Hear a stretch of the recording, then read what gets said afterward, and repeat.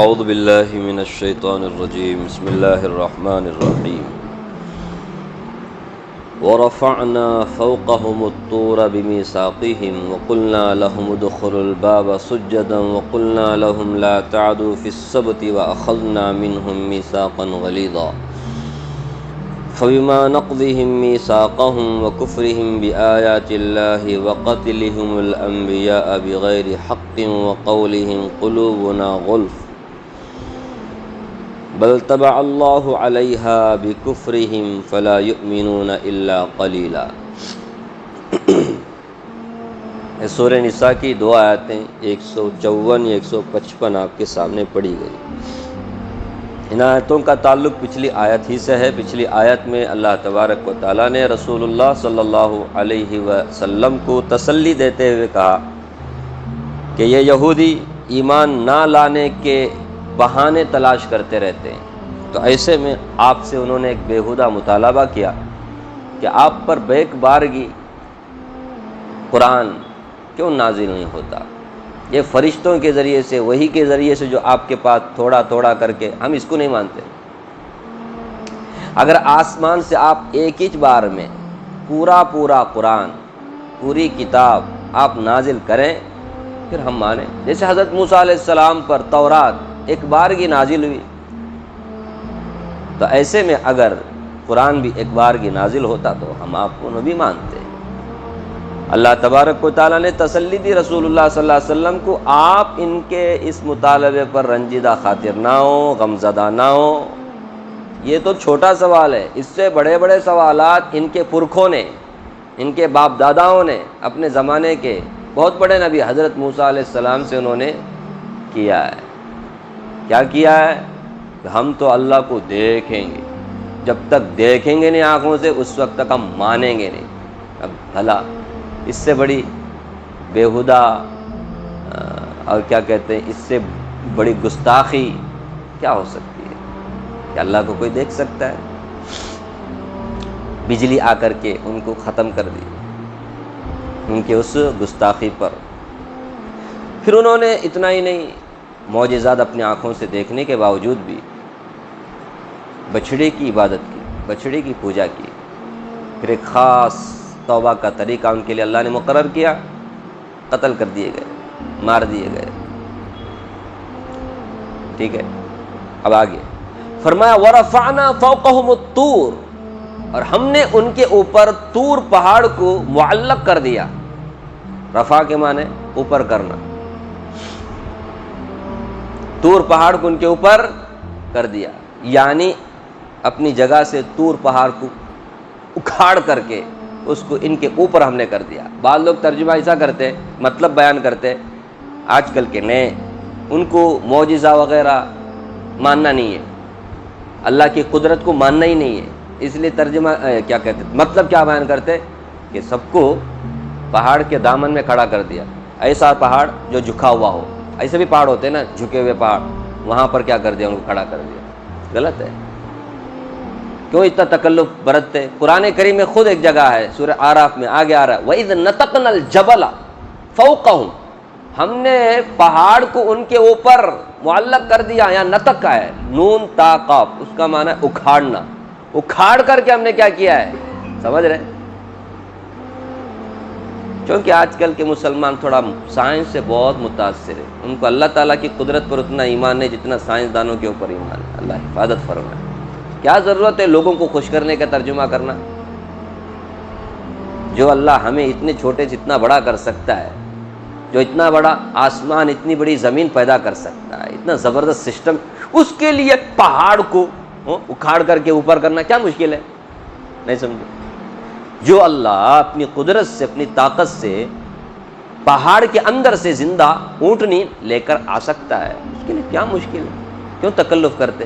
نہیں سمجھ رہے؟ تو وَرَفَعْنَا فَوْقَهُمُ الطُّورَ، ہم نے طور پہاڑ کو ان کے اوپر کیا کر دیا، معلق کر دیا، بِمِيثَاقِهِمْ، سمجھ رہے؟ ان کے عہد کی وجہ سے، یعنی انہوں نے عہد کو توڑا۔ ان سے کہا گیا تھا، وہ بھی انہی کے کہنے پر، جب وہ دریا قلزم پار ہو گئے ٹھیک ہے. تو کہنے لگے اب تک تو ہم فرعون کے ظلم سہتے تھے، زندگی گزارنے کا کوئی طریقہ ہمارے کو پتہ نہیں. آپ تو نبی ہیں، آپ کوئی قانون کی کتاب ہمیں دیجئے اللہ کی طرف سے، تاکہ ہم اپنی زندگی اس قانون کے مطابق کیا کر سکتے، گزار سکے. بغیر قانون کے کوئی دیش چلتا ہے کیا؟ یہاں پر بھی جب آزادی ہوئی تو کس کی ضرورت پڑ گئی؟ سنویدھان، دستور کی ضرورت پڑی کہ نہیں؟ بنانے والوں نے بنایا.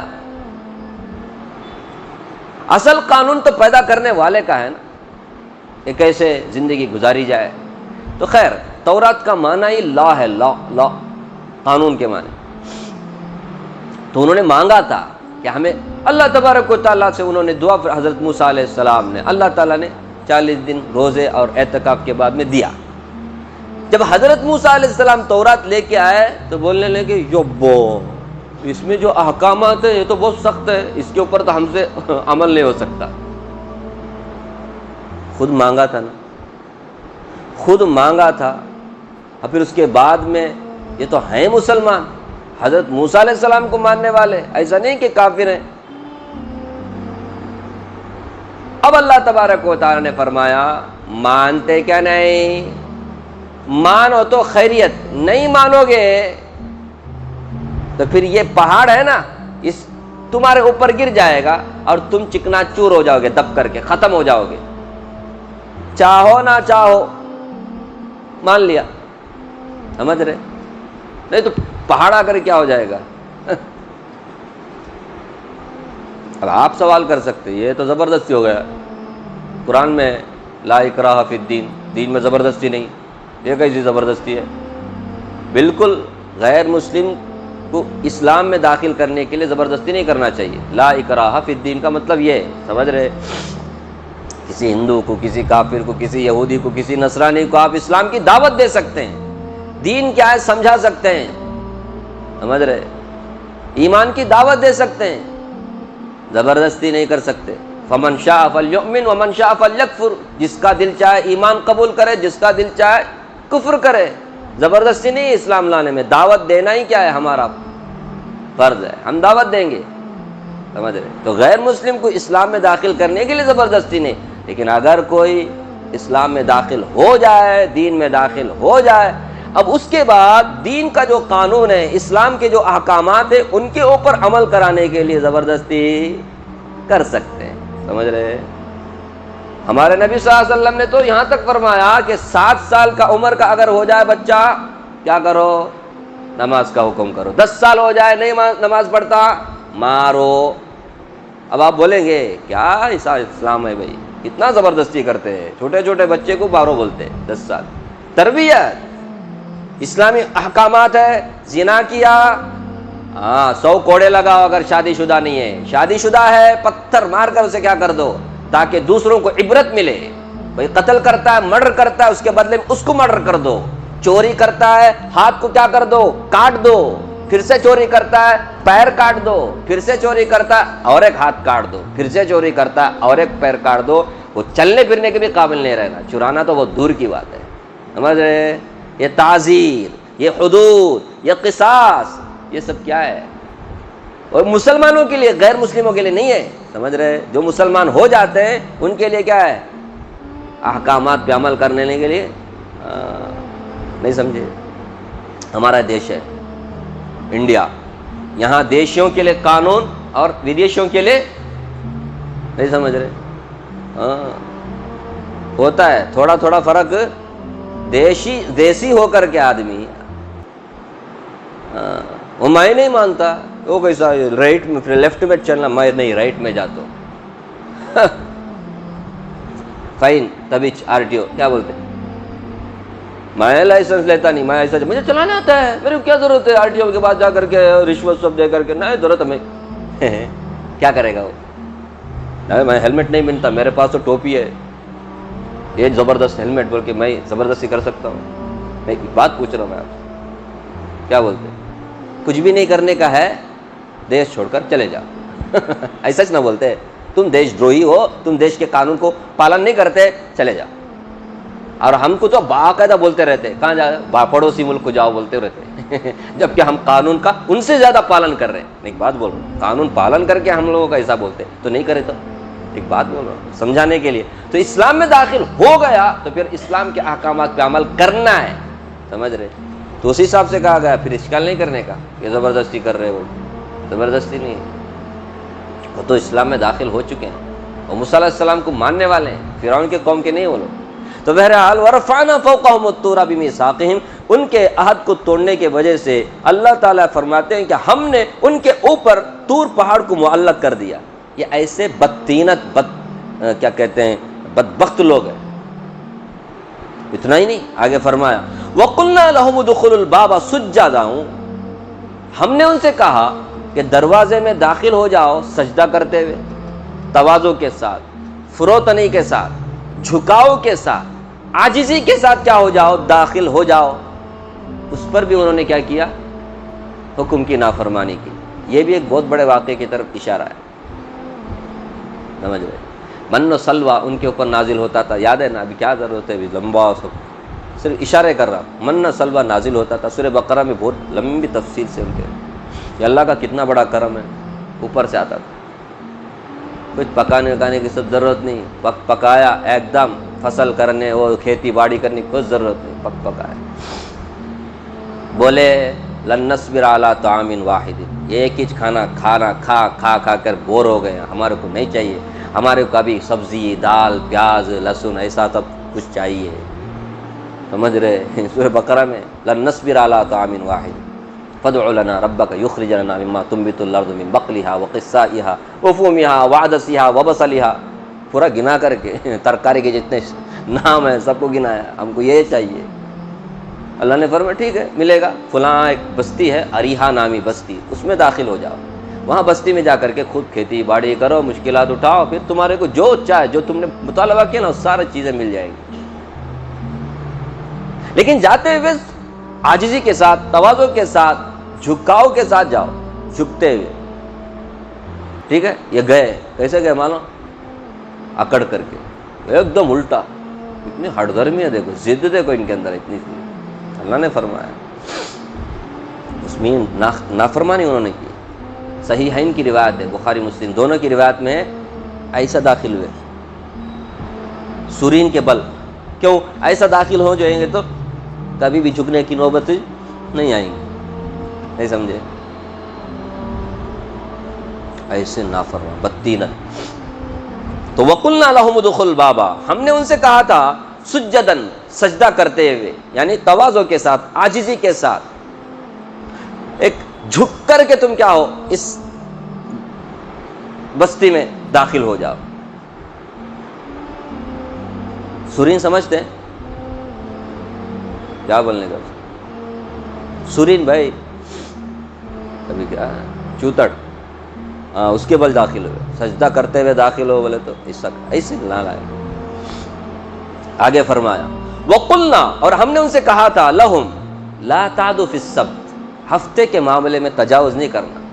سبت ہفتے کو بولتے ہیں، جیسے جمعہ کے بعد میں جو دن آتا ہے سبت، اس کے بعد کے تو ہفتے کا دن یہ ان کے لیے تعظیم والا دن، عبادت کا دن تھا۔ اس دن کاروبار نہیں کرنا، اس دن شکار نہیں کرنا، حتیٰ کہ چولہے میں پکانا بھی نہیں، خالی عبادت کرنا، سمجھ رہے؟ یہ بھی ان کے لیے حکم تھا۔ اللہ کا کتنا کرم ہے معلوم ہمارے اوپر کہ اللہ تعالیٰ نے جمعہ کا دن ہمارے لیے مقرر کیا، اور اس جمعہ کے دن میں اللہ نے اتنی آزادی دی ہمارے کو کہ سب کچھ کر سکتے، بس جیسے اذان ہو جائے جمعہ کی، کاروبار چھوڑ کر کے سیدھا مسجد میں آ جاؤ خطبہ اور نماز کے لیے۔ اس کے بعد پھر فَإِذَا قُضِيَتِ الصَّلَاةُ فَانتَشِرُوا فِي الْأَرْضِ، نماز ہو گئی، اب پھر زمین میں چلو پھرو، خوب کاروبار کرو۔ یہودیوں کے لیے ایسا نہیں تھا، ان کے لیے ہفتے کے دن کاروبار کرنا منع تھا، شکار کرنا منع تھا، دوسرا بھی مزارات کیا بولتے اس کو، کھیتی باڑی فلاں ملازمت نوکری کی سب بند، صرف عبادت۔ انہوں نے اس سلسلے میں، اس معاملے میں بھی کیا کیا؟ اللہ کی نافرمانی کی۔ یہ بھی سورہ اعراف میں آگے آ رہا ہے، وَاسْأَلْهُمْ عَنِ الْقَرْيَةِ الَّتِي كَانَتْ حَاضِرَةَ الْبَحْرِ، یہ حضرت داؤد علیہ السلام کے زمانے میں ان لوگوں نے کیا۔ سمجھ رہے؟ اللہ نے فرمایا اس بستی والوں کا ذرا حال پوچھئے نا ان لوگوں سے، انہوں نے کیا کیا. شکار کرنا منع تھا، یہ لوگ کیا کرتے تھے؟ ہفتے کے دن شکار تو نہیں کرتے تھے، آ کر کے وہ اللہ تبارک و تعالیٰ کی بھی قدرت دیکھیے، اللہ تبارک و تعالیٰ کی طرف سے آزمائش دیکھیے. جس دن منع کیا اسی دن زیادہ مچھلیاں آتے تھے کنارے. یہ لوگ کے منہ میں پانی آ گیا ہے، کیا کرنے کا، بھی شکار کرنا تو منع ہے. چھوٹے چھوٹے ہاؤس بنائے. منع کیا کسی نے؟ یہ بھائی منع کیا نا اللہ تبارک و تعالیٰ، کیوں کر رہے؟ ہم کہاں شکار کر رہے ہیں، ہم تو ہاؤس بنا رہے ہیں.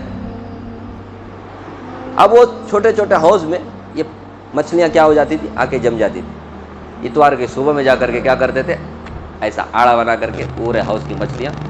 ہم اتوار کے دن شکار کیے، ہفتے کے دن شکار نہیں کیے. اس طرح ہیلا کر کے اللہ کے حکم کو توڑ کر کے حرام کو انہوں نے حلال کر دیا. سمجھ رہے؟ اسی لیے رسول اللہ صلی اللہ علیہ وسلم نے ہم سے کہا لا ترتکبوا مرتکبت الیہود، یہودیوں کی طرح تم ایسے گناہوں کا ارتکاب نہ کرنا کہ ان لوگوں نے حرام کو حلال کرنے کے ہیلے شروع کر دیے. تم ایسا نہیں کرنا. آج کاروبار میں دیکھو نا، حرام کاروبار کو حلال کرنے کے لیے کس کس طرح کے آئیڈیا آج کل مسلمانوں میں نام دے دیتے ہیں، اس کا حرام کا نام چھوڑ کر حلال کا نام دے کر کے. تم کیا کر رہے ہو؟ اللہ کے حکم کو تم توڑ سکتے، اللہ کو تم دھوکہ دے سکتے. یہ تو یہودیوں کی چال ہے، یہودیوں کی عادت ہے. رسول اللہ صلی اللہ علیہ وسلم نے فرمایا یہودیوں کی طرح ایسا مت کرو. ایسے نالائق تھے. فرمایا ایک حدیث میں کہ ان کو کہا گیا تھا کہ گوشت کھانا، چربی نہیں کھانا. دیکھو یہ بھی سخت حکم ہمارے لیے ایسے نہیں نا، گوشت کے ساتھ چربی بھی ہم نگل سکتے. ان کو کہا چربی خالی گوشت کا. یہ لوگ کیا کرتے تھے معلوم؟ ہمیں چربی نہیں کھاتے، چربی جا کر کے بیچتے تھے، وہ رقم کھا جاتے تھے. اس کا جو پیسہ ہے نا، ہمیں کہاں کھائے، ہمیں چربی کھائے نہیں، ہمیں. سمجھ رہے؟ اس طرح آج سود کے پیسے کو بھی ایسا کرتے، ہمیں کہاں کرے بول کر کے دوسرے سب چیز میں استعمال کرتے. کھائے نہیں نا، ہمیں اس میں کرے، اس میں کرے. بعض لوگ تو سود کو حلال ہی بولتے. یہ انڈیا ہے بھائی، یہاں سب حلال ہے. یہ انڈیا ہے، سب حلال. مسلمان ملک میں حرام ہے سب. یہ مسلمان ملک نہیں بول کر کے لے کھاؤ کھاؤ، نہیں کرنا چاہیے. خیر، وَقُلْنَا لَهُمْ لَا تَعْدُوا فِي السَّبْتِ، ہم نے ان سے کہا تھا کہ ہفتے کے معاملے میں کیا نہیں کرنا، تجاوز نہیں کرنا. لیکن ان لوگوں نے ہفتے کے معاملے میں بھی کیا کیا، تجاوز کیا. شکار کرنا منع تھا، ہیلے بہانے کر کے ان لوگوں نے شکار کیا.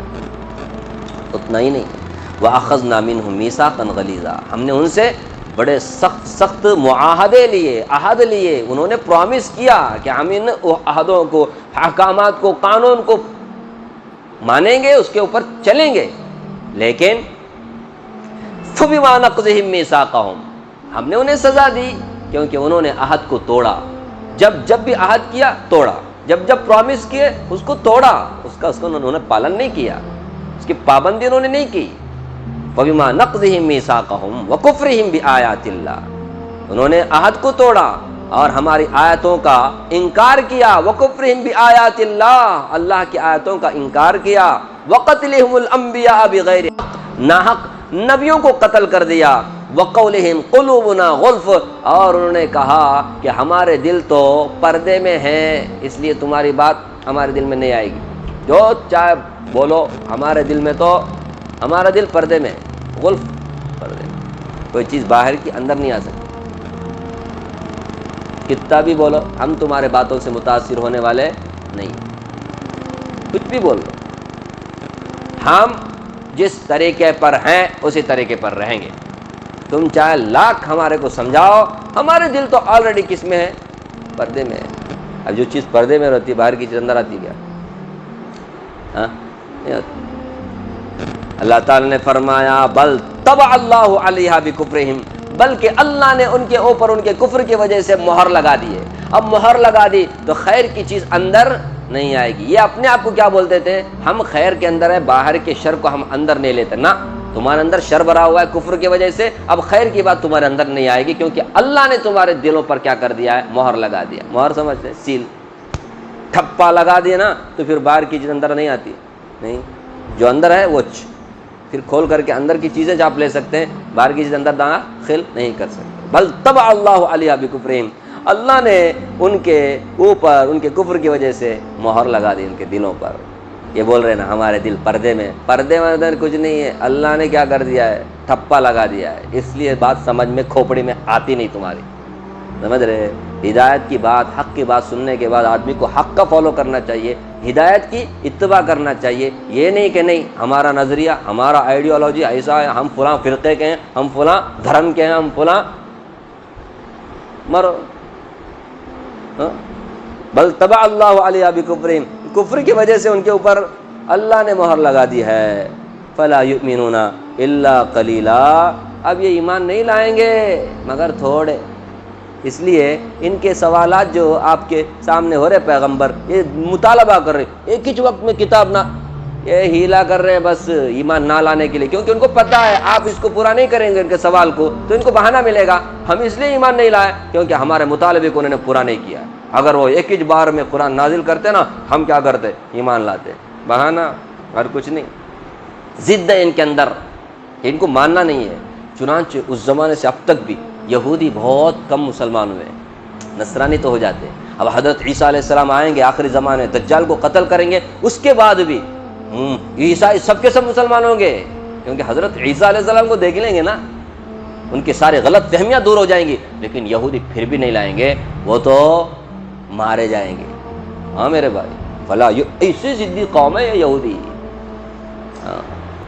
اب آگے اور بھی ان کے کارنامے اللہ بیان کر رہے ہیں. کارنامے مطلب برے کرتوت, برے کارنامے. تو فلا یؤمنون الا قلیلا. 10 بڑے بڑے عالم تھے یہودیوں کے مدینے میں, ان میں سے ایک عبداللہ بن سلام رضی اللہ عنہ مسلمان ہوئے, باقی 9 مسلمان نہیں ہوئے. پبلک میں سے بھی, عام آدمیوں میں سے بھی تھوڑے مسلمان ہوئے. اور جو علماء تھے ان کو تو اول نمبر پر کیا ہونا چاہیے تھا, جیسے آپ بولتے ہیں نا مولوی صاحب ہم سے زیادہ تمہارے کو اللہ پوچھیں گے, تم کو معلوم ہے نا, بولتے کہ نہیں. تو علماء سب سے پہلے آگے رہنا چاہیے حق بات کے معاملے میں. تو یہ علماء ہو کر کے رسول اللہ صلی اللہ علیہ وسلم نے فرمایا اگر یہ 10 کے 10 عالم بھی مسلمان ہوتے نا, تو دنیا کے کسی بھی کونے میں کوئی یہودی نہیں رہتا تھا, سب کے سب مسلمان ہو جاتے تھے. ان 9 علماء کو دیکھ کر کے لوگ چلتے ہیں میرے بھائی. علماء کو صحیح راستے پہ ہونا بہت ضروری ہے, نہیں سمجھ رہے. بولتے حوالہ دیتے رہتے, ننگلا قاضی آ گئے, ننگلا موہلیاری گنا کے, تو موہلیار کرے تو قاضی کرے تو سب جائز ہے, ہو گیا. اب کتنی بڑی ذمہ داری ہے قاضیوں کی, علماء کی. ان کو دیکھ کر کتنے لوگ کیا کر رہے ہیں, فالو کر رہے ہیں. تو ایسے میں علماء اور قاضیوں کی بڑی ذمہ داری ہے کہ وہ صحیح راستے پہ رہیں, ورنہ ان کو دیکھ کر کے کتنے کے لوگ کیا ہو جاتے ہیں, سمجھ رہے ہیں. تو 10 کے 10 علماء مسلمان ہوتے نا, تو دنیا کے کسی کونے میں ایک یہودی بھی نہیں رہتا تھا, صرف ایک مسلمان ہے, 9 مسلمان نہیں ہوتے. چنانچہ آج بھی دیکھو یہودی بہت کم مسلمان ہوتے ہیں. قرآن کہتا ہے فلا یؤمنون الا قلیلا, وہ ایمان نہیں لائیں گے مگر تھوڑے لوگ. اللہ تعالیٰ مجھے بھی آپ کو بھی اللہ کی کتاب پڑھنے, سمجھنے, اس کے تقاضے پہ عمل کرنے کی توفیق عطا فرمائے.